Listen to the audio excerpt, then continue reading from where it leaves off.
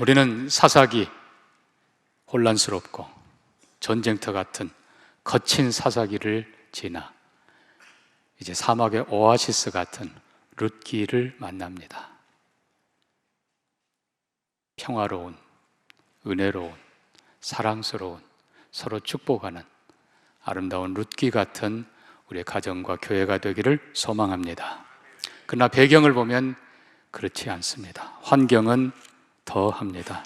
룻기서 1장 1절은 이렇게 썼습니다. 사사들이 치리하던 때에, 이미 말씀드린 것처럼 전쟁터 같은 곳입니다. 왕이 없던 그 시절, 소견에 각자 좋은 대로 지들 마음대로 살던 혼란의 시대, 거기에다가 그 땅에 흉년이 드니라 더 어려운 상황이 됐습니다. 거기에다가 흉년 피해 모압으로 간 엘리멜렉 나오미 가족은 그곳에서 두 자부를 얻었지만 안타깝게도 나오미는 남편 떠나보내고 또 두 아들마저 떠나보내면서 가장 비참한 상황으로 떨어집니다. 자, 우리는 시편 23편도 마찬가지인 걸 봅니다. 여호와는 나의 목자시니 내게 부족함이 없습니다. 그가 나를 푸른 풀밭에 누이시고 쉴 만한 물가로 인도하십니다. 아주 평화로운 것 같지만 그러나 내면을 들여다보면 그렇지 않습니다. 내 영혼을 소생시키고, 그 말은 영혼이 심각한 상처를 입었다는 것입니다. 내가 사망의 음침한 골짜기를 지나갈 때에도 상황이 그렇습니다. 내 원수의 목전에서 원수들이 많이 있습니다. 그럼에도 불구하고 우리는 역시 환경이 중요한 것이 아니라 믿음과 선한 삶이 중요한 것을 봅니다. 여러분의 믿음과 선한 삶을 통해서 어떤 환경 속에서도 하나님이 주신 평강이, 사랑이, 은혜가, 축복이 함께하기를 바랍니다.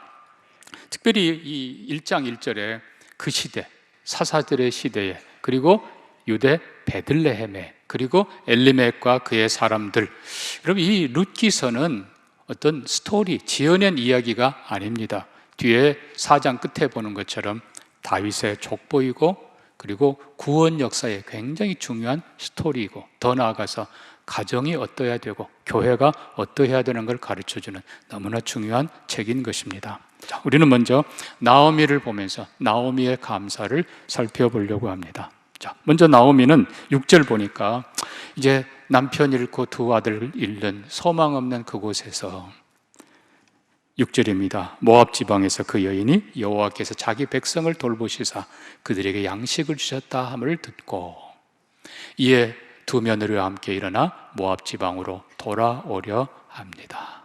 자, 우리가 이 부분을 보면서 소망 없는 나오미지만 그러나 하나님께서 자기 고국, 조국, 특별히 베들레헴에 양식을 주셨다, 하나님이 돌보셨다 하는 얘기를 듣고 결심하고 일어서서 가나안 땅으로 돌아옵니다. 자, 우리는 첫 번째, 나오미가 가진 첫 번째 감사, 돌아갈 고향이 있다는 사실입니다.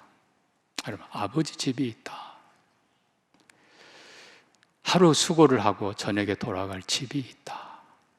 혹은 나그네 객지 생활하고 돌아가서 아버지, 어머니 돌아갈 집이 있다는 것이 얼마나 큰 축복인지 모릅니다. 물론 이 고향은 우리의 영원한 본향, 하나님이 기다리시는 그 본향을 상징합니다. 그래서 다윗은 시편 23편 마지막 절에서 내가 지금 사망의 음침한 골짜기를 지나가고 원수들이 내 앞에 있지만 내가 아버지 집에 영원히 살리로다. 여러분, 우리에게는 영원한 본향이 있다는 것이 얼마나 감사한지 모릅니다. 다윗은 시편 27편에서 이렇게 고백합니다. 내 부모는 나를 버렸으나 하나님은 나를 영접하시리이다.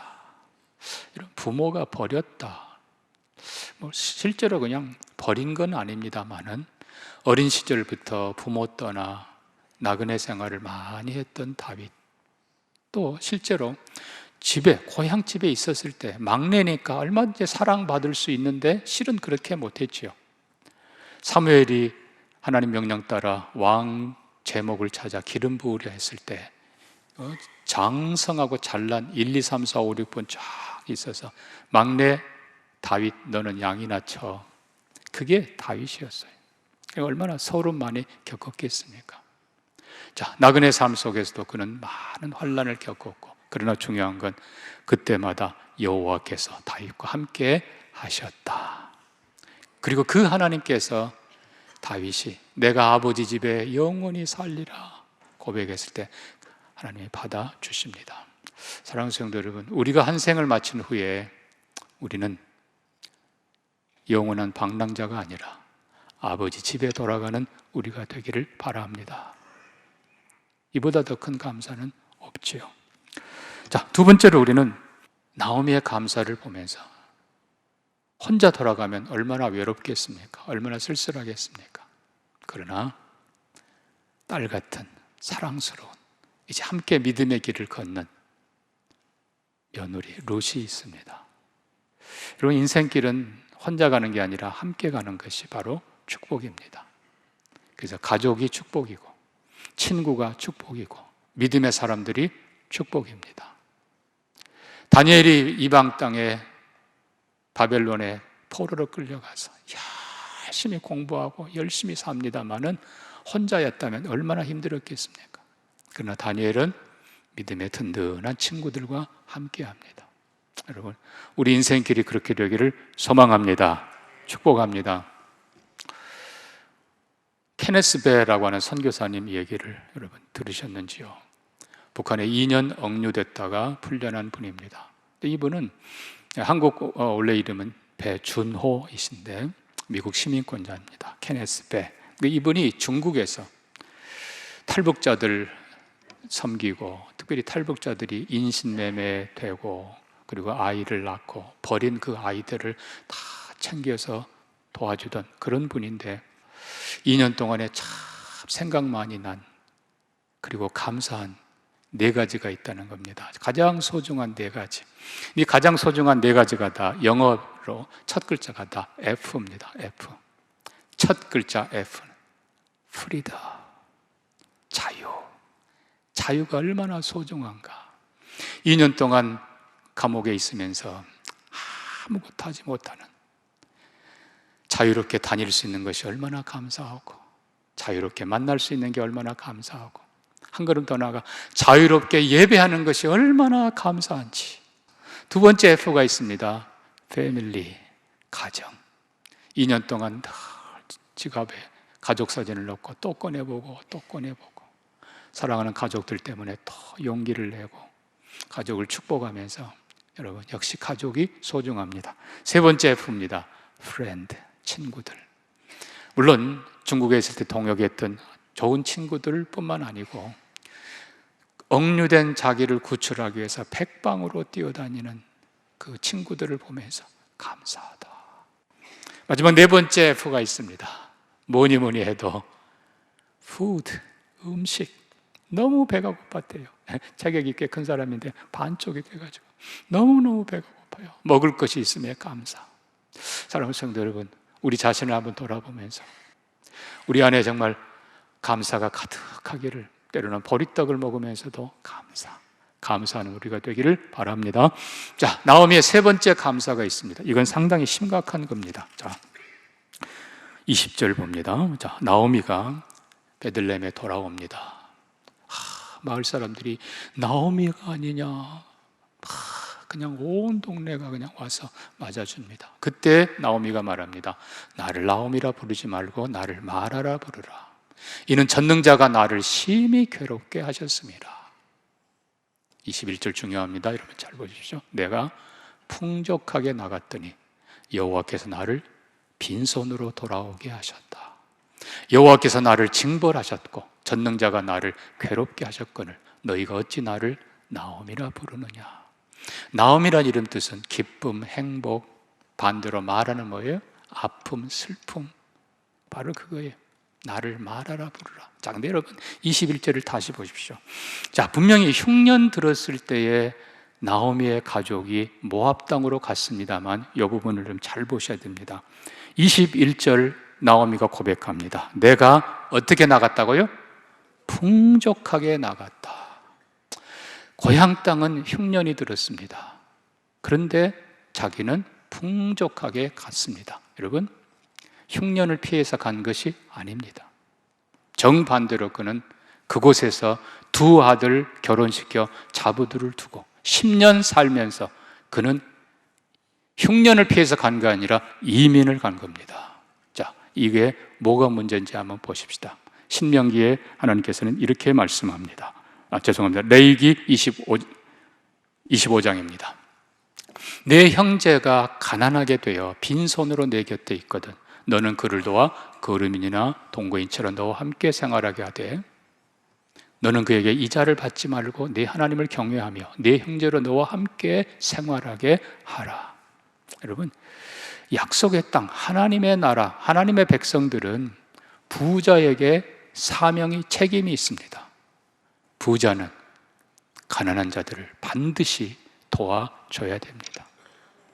흉년 들었을 때 부유한 자는 주위에 있는 형제들을 그리고 과부와 고아들을 반드시 도와야 됩니다. 이것은 사명이며 이것은 축복의 길입니다. 내가 너에게 복을 더해 주리라. 그런데 나오미 가족은 흉년 들었을 때 굶주리는 형제들을, 굶주리는 동네 사람들을 뒤로 하고 자기 재산 다 챙겨서 모압 땅으로 이민을 갔습니다. 하나님을 향한 불순종입니다. 분명히 하나님은 내 형제를 도우라, 가난한 내 이웃을 도우라라고 했는데 싫어요. 내가 왜? 형제들의 배고픈 소리를 들으면서 그는 자기 재산 챙겨서 모압 땅으로 이민을 가는 겁니다. 하나님을 향한 불순종이고 형제들을 향한 배신 행위였던 것입니다. 내가 하나님 떠나고 내가 형제들 배신하고 짐 싸들고 나갔는데 이제는 다 잃고 빈손으로 돌아온다. 여러분, 분명히 기억해야 됩니다. 둘째 아들하고 똑같습니다. 아버지 재산 자기 목 챙겨서 먼 나라에 가서 허랑방탕하고 써버렸습니다. 지 마음대로 쓰고 결국은 거지꼴이 되어 돌아옵니다. 여러분, 이 둘째 아들은 어떻습니까? 아버지, 내가 아버지를 아들이라 부름받지 못하겠습니다. 부끄럽게 돌아와요. 그러나 감사하게도 아버지는 받아주지만 형은 거절합니다. 너는 우리 집에 못 들어와. 나는 너를 용납할 수 없어. 여러분, 그럴 수 있다 그 말입니다. 나오미, 우리 배신하고 가더니, 우리 쫄쫄 굶을 때 다 챙겨가더니 왜 돌아와? 무슨 낯짝으로 돌아와? 빈손으로 왜 와? 얼마든지 그럴 수 있어요. 그러나 베들레헴 사람들은 아무 말하지 않고 오히려 잘 왔다. 빈손으로 와도 잘 왔다.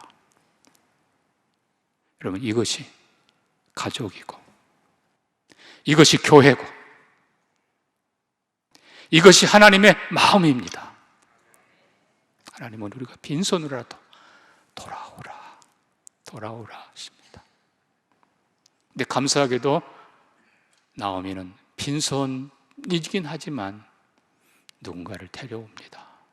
여러분, 우리가 천국 갈 때 달랑 나 혼자 가는 거, 여러분, 이게 얼마나 외롭고 하나님 앞에 부끄럽습니까? 천국 들어갈 때 여러분, 가족이 다 함께 들어가기를 축복합니다. 자, 이제 우리는 룻도 한번 돌아봅니다. 룻의 감사. 먼저 이 룻은 이방 여인이죠. 시어머니 나오미와 함께 이스라엘 땅으로 돌아옵니다. 자, 먼저 우리는 룻의 감사가 뭐겠습니까? 나를 딸처럼 여겨주고 때로는 늙은 자신 내 봉양하라 하지 않고 돌아가라. 하나님이 너희에게 평안을 주시고 남편 얻게 하시고 너희들의 길을 인도해 주시기를 원한다. 배려해 주는 너무나 좋은 시어머니로 인해 감사. 여러분, 여러분의 시어머니 고부 사이가 이렇게 되기를 부탁합니다. 근데 더 감사한 것은 결국은 룻이 어머니는 돌아가라 라고 했지만은 룻이 아닙니다. 저는 어머니와 함께 어머니의 백성, 어머니의 하나님께로 돌아가겠습니다. 휴브라는 단어를 강조합니다. 그냥 가겠습니다가 아니고 돌아가겠습니다. 영어도 return이라고 썼어요. 이게 원래는 말이 안 되잖아요.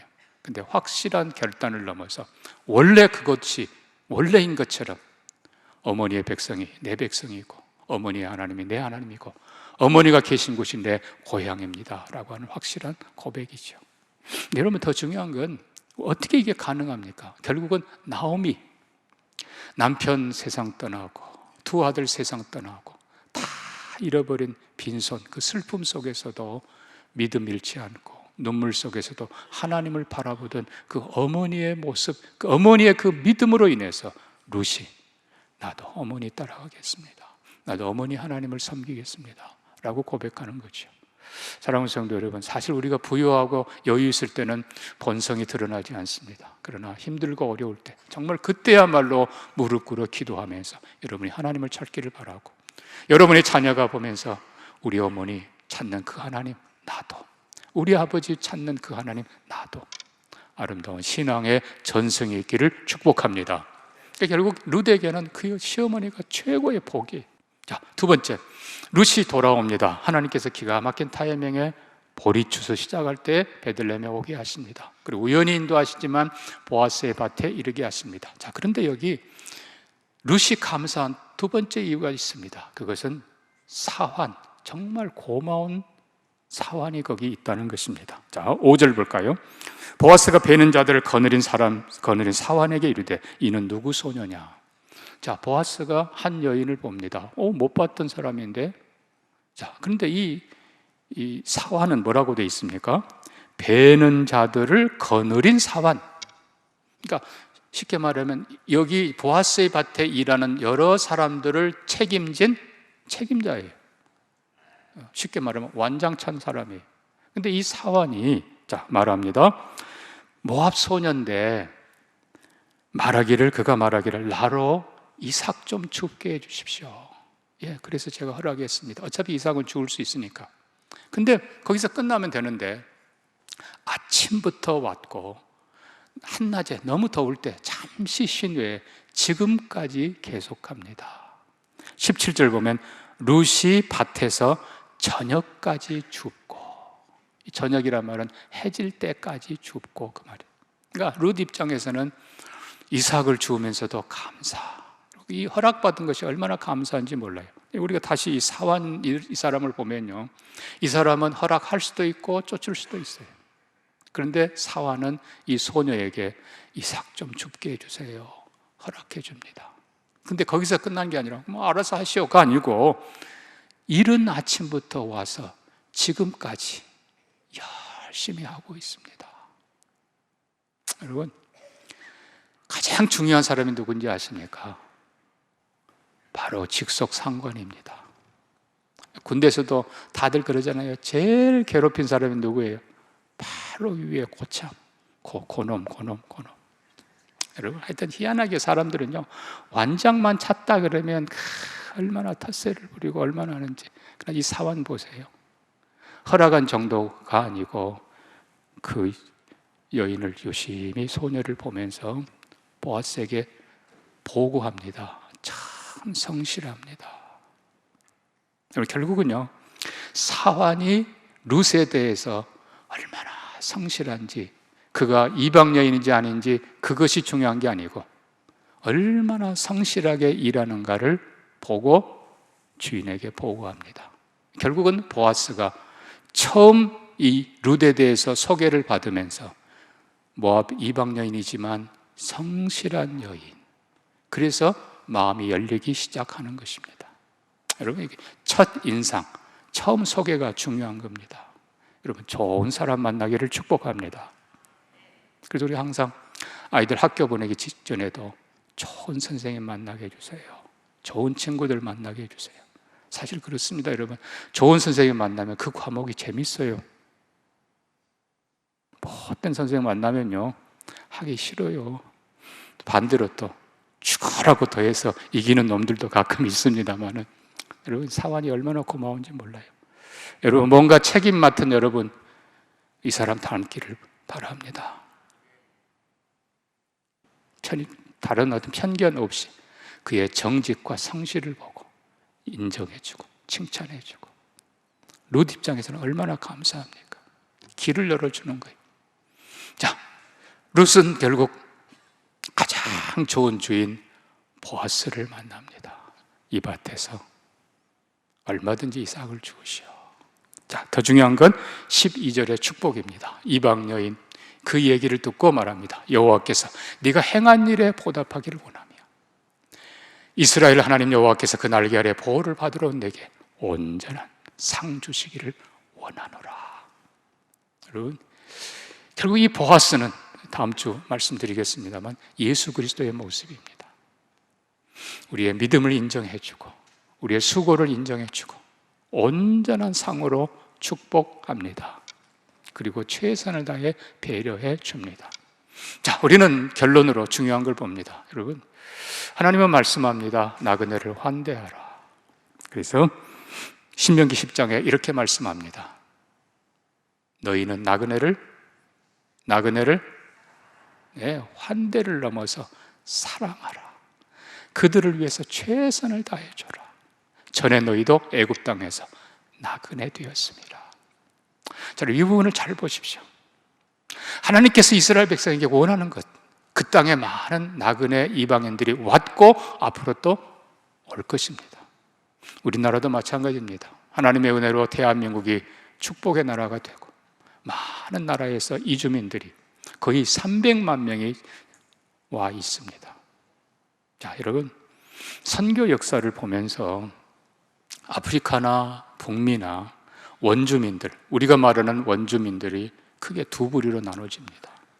한 부류는 포악하고 잔인한 부류입니다. 당연히 선한 뜻으로 가지만 선교사들을 잔인하게 죽인 그런 족속들이 있습니다. 반대로 어떤 부족은요, 환영합니다. 최선을 다해 대접하고 배려해 줍니다. 당연히 그런 부족들은 복음을 빨리 받지요. 근데 결국은 그렇게 적대시하던 그들도 순교하고 넘어서서 결국은 하나님이 복음을 전해서 알고 들어가 보니까 여러분 심각한 대조를 봅니다. 외부의 사람들을 침입자로 여기고 대적하고 죽이고 이런 부족 깊이 들어가 보면 남들에게 보여주고 싶지 않은 죄와 악이, 포악이 가득하다는 사실입니다. 아주 악한 종교, 아주 음란한, 정말 너무나 불행한 것들이 가득 차 있어서 남에게 보여주기 싫기 때문에 막는 거예요. 반대로 유순한, 환영해주는 부족들 들어가 보면 가족이 화해합니다. 이웃과도 평화합니다. 서로 나눕니다. 부끄러울 것이 없어요. 그러니까 오세요. 여러분, 우리 대한민국 어떻습니까? 하나님이 많은 이민족들을, 이주민들을 우리에게 지금 보내주셨습니다. 저는 하나님의 마음이 그거라고 믿습니다. 너희는 나그네를 사랑하라. 그들에게 환영하고 그들을 와서 보게 하라. 아무것도 없던 대한민국이 왜 이렇게, 어떻게 이렇게 잘 살게 되었는지 그들로 와서 보고 우리 하나님이 얼마나 좋은 분인지를, 예수님이 어떤 분인가를 보게 하라, 보여줘라. 그리고 예수 믿는 가정이 얼마나 화목하고 아름답게 사는지 보여줘라. 예수 믿는 기업이 얼마나 바르고 정직하게 사는지 보여줘라.